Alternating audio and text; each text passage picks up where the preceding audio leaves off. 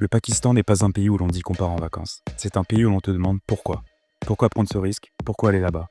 À force d'entendre les mêmes mots, terrorisme, chaos, danger, qui sont certes une réalité, on finit par oublier une chose simple, que ce pays existe aussi quand les caméras des médias occidentaux s'éteignent. Pendant un mois, je vais traverser le Pakistan, du nord au sud jusqu'à l'ouest, dans la région la plus dangereuse du pays, aux frontières de l'Iran et l'Afghanistan. Je ne suis pas venu chercher le choc, et je suis là pour vivre en immersion totale ce pays qui m'intrigue et m'attire depuis des années. Loin des peurs importées, pas pour provoquer, pas pour prouver, juste pour voir ce que l'on nous montre jamais. Apprendre sur ce pays et vous transmettre ce que j'y ai vécu en toute immersion et sincérité. Allez, je t'emmène avec moi au Pakistan.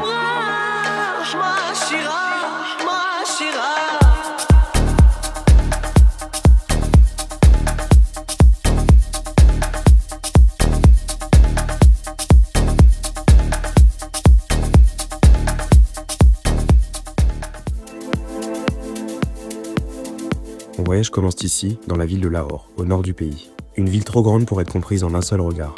Ancienne capitale, elle est le cœur culturel du pays, où l'histoire, la religion et le quotidien se marchent dessus. C'est ici que je vais passer mes premiers jours, observer, écouter, me perdre, avant de traverser le pays, avant de m'éloigner des villes, avant de comprendre si le Pakistan mérite vraiment sa réputation.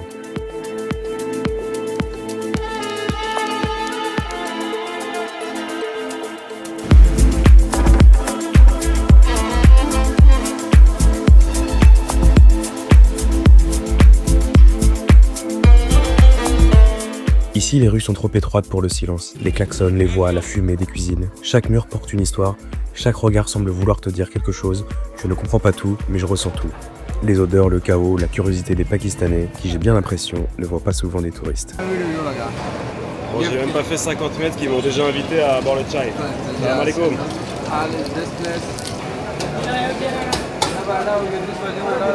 Je me retrouve sur la place centrale, le petit chai. C'est le boss. Good? Eating tea stuff. Paratha good. And chai good. Yes. Petit pain feuilleté. Good. Kitna for food? Tell me. Okay. Kitna? Okay. How much is it? How much? Sure. No, this is my parents. Tomorrow, come back again. And I pay, okay? Bon bah voilà, ça me rappelle l'Iran, l'Irak, c'est le plus dur ici, c'est d'arriver à payer quelque chose dans un resto ou autre. Ils sont tellement contents, je pense, de nous voir et surpris aussi, enfin voilà, c'est de l'hospitalité.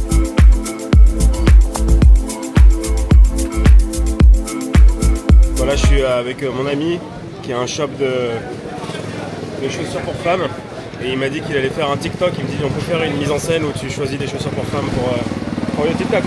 For my TikTok. But I'm a man. Yes. What is it? Oh, nice. Egg? Ok, good. Ok, shukriya. Ça passe. C'est super bon, c'est de la semoule avec du sucre. Good. Kitna? Tell me. How much is it? No. I want to give. Please. I live. Oh no. I live. Putain, c'est compliqué. J'ai posé le billet, le mec il est venu me l'a rejeté dans le. Il faut forcer.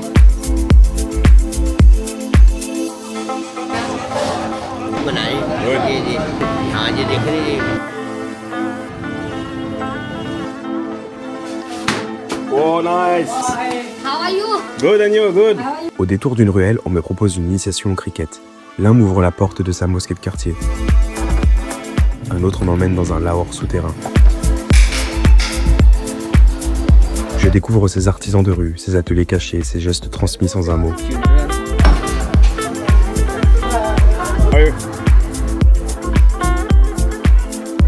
Un garçon insiste pour me faire découvrir sa maison. Sa mère m'explique qu'ici, beaucoup d'habitations s'effondrent, faute d'entretien, faute de moyens. Elle le dit simplement comme une évidence. Welcome to my country in the Pakistan. Merci beaucoup.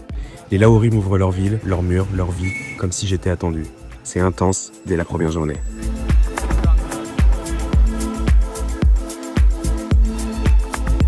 J'ai bien marché. Pour ceux qui ont déjà fait ce genre de pays, c'est très intense. J'ai tout le monde qui t'accoste, qui sont curieux, d'où est-ce que tu viens, bienvenue, viens boire un thé. J'en suis à mon 3e thé depuis ce matin et 3e repas. Et j'ai encore pas utilisé mes billets, c'est chiant là, ici il faut que je paye. Mais ça fait du bien, un peu de hauteur, vue sur la mosquée qui a l'air magnifique. Très très brumeux, alors je pense que c'est le brouillard de la pollution parce que j'ai regardé. Aujourd'hui, Lahore est dans le top 1, voilà, c'est les numéro 1 des villes les plus polluées du monde en ce moment aujourd'hui. Et je crois que sur la moyenne depuis une décennie, ils sont dans le top 5. Ça donne un petit peu son petit côté mystique, je pense que les couchers de soleil et les levées de soleil ici, malheureusement, ça doit être magnifique. C'est très bon. Bon, j'avais 304, je me suis dit là c'est bon, je vais payer. C'est un petit truc un peu pignon sur rue, face à la vue. Il y a un menu avec moi qui suis rentré de moi-même, on m'a pas dit viens, viens. Sauf que j'ai discuté avec 2 jeunes qui étaient à côté, c'est que vous allez voir dans la vidéo là qui vous dit de venir au Pakistan. Come in Pakistan. Pakistan is a very beautiful country. Sauf qu'ils sont descendus au moment, ils ont déjà payé pour moi. Ah, ça me gêne. Et ils sont partis en fait.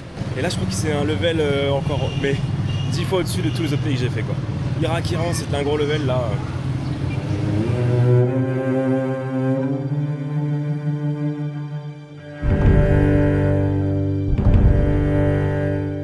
Au milieu du bruit, Lahore garde un silence. Il est ici, dans la pierre et l'ombre de la mosquée Badshahi, construite en à peine 2 ans au XVIIe siècle par l'Empire mongol. Elle faisait déjà partie des plus grandes mosquées de ce monde. Walaikum salam. Good. Allez comme ça là. J'ai un peu l'impression d'être une rockstar ici. Tout le monde veut faire des photos avec moi. Yes. J'en suis à ma 20e photo je crois depuis que je suis là. Ici, les familles se retrouvent, se prennent en photo, prient, respirent, loin du chaos de la ville.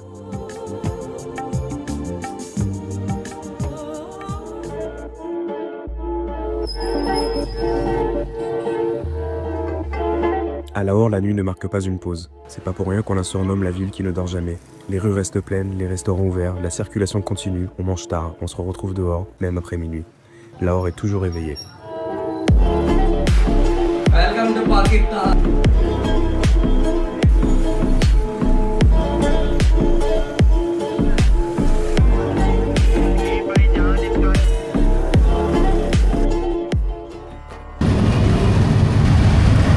En quittant Lahore, le bruit s'éloigne, mais à quelques kilomètres d'ici, un autre bruit apparaît. Wagah Border, une frontière née en 1947 quand l'Empire britannique quitte le sous-continent. Un trait de frontière tracé à la hâte, d'un côté l'Inde, de l'autre le Pakistan. Une partition brutale, des millions de déplacés et l'un des plus grands exodes de l'histoire moderne. Depuis, 2 pays voisins et un conflit qui n'a jamais vraiment cessé. Bon là j'ai rencontré mon pote Hassan qui m'a proposé, m'a dit là pour info on est Noël en fait. Donc c'est le soir de Noël, il m'a dit viens, je connais un endroit où on peut faire la fête, un petit peu où ça s'amuse. Et c'est la frontière pakistano-indienne. Je suis très curieux de voir ce qui se passe. Alors ce qui est très drôle c'est que j'ai passé les passages de sécurité militaire et j'ai eu le droit au moins 5 ou 6 selfies et des qu'est-ce que tu fous là? T'es pakistanais? J'ai dit non, pas pakistanais.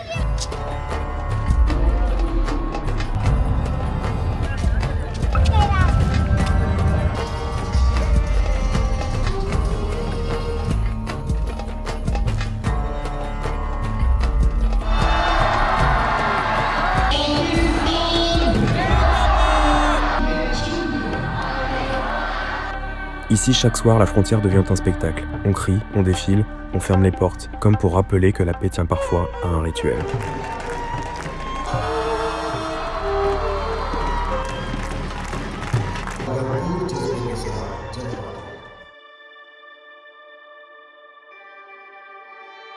Ma route me mène ensuite vers les villages du Punjab. Ici, le rythme est différent. Je me retrouve à passer devant des énormes cheminées qui crachent une fumée épaisse qui se mêle aux nuages de la pollution. Ici, on fabrique les briques rouges qui sont utilisées pour construire les maisons de ce pays. Et je vais y découvrir que l'esclavagisme moderne existe toujours.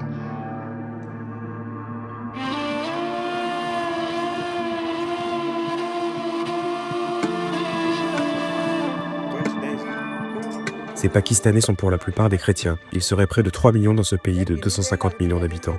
Ici, les chrétiens sont souvent victimes d'hostilité sociale et relégués à des boulots dangereux, comme ici. Un homme du village m'explique que la plupart des gens ici ont des dettes souvent liées à des frais de santé qu'un riche industriel a accepté de payer en échange de travailler ici pour lui pour une misère. Il m'explique aussi que pas mal meurent ici de maladies respiratoires même avant d'avoir payé leurs dettes. Et cette dernière se transfère ensuite aux enfants. Là, je suis en hiver donc il fait que 23 degrés, 20 degrés. J'imagine pas quand il fait 40 degrés ici. Aujourd'hui c'est le jour de Noël dans la vidéo. Et là je suis dans un petit village où il y a... It's only Christian here. Christian ही रहते हैं, थे कि मुस्लिम भी रहते हैं. Yeah, they're living together, Christian But and Muslim. they are for Christmas now. Yeah, Song. for Okay. Christmas, yeah. Et du coup ils font des sons pour Noël, voilà. Fêter Noël dans un petit village. Hello, Egase. Acha? You want to say hello to camera? Check. Hello. That's the main entrance goal. Egase. Good.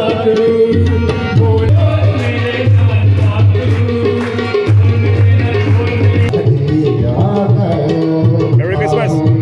Prodafes. Bye. Goodbye, God bless you. Oh, thank you, God bless you too. Ça fait une heure, je suis resté 1 heure ici et j'ai déjà les yeux qui piquent et j'arrête pas de tousser. Donc ils me disent qu'ici ils souffrent énormément de la pollution des cheminées de briques et c'est terrible. Même moi là, juste en 1 heure, j'ai l'impression que j'ai les poumons qui brûlent. Entre la pollution de Lahore et la pollution d'ici, là, la poussière et tout. Voilà quoi, j'ai rien d'autre à dire. Les enfants aident les parents dès l'âge de 8 ans, l'école s'arrête ici pour eux souvent. Aujourd'hui, il est prouvé que des millions de personnes au Pakistan restent piégées dans ce type de travail forcé, en dépit des lois l'interdisant.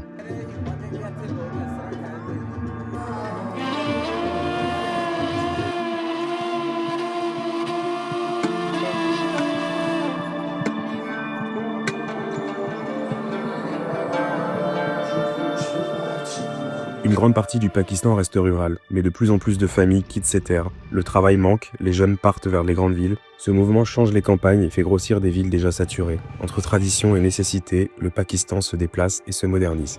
Comme ici, un des quartiers les plus modernes de Lahore, Gulberg, ils me disent tous que c'est leur Times Square à eux.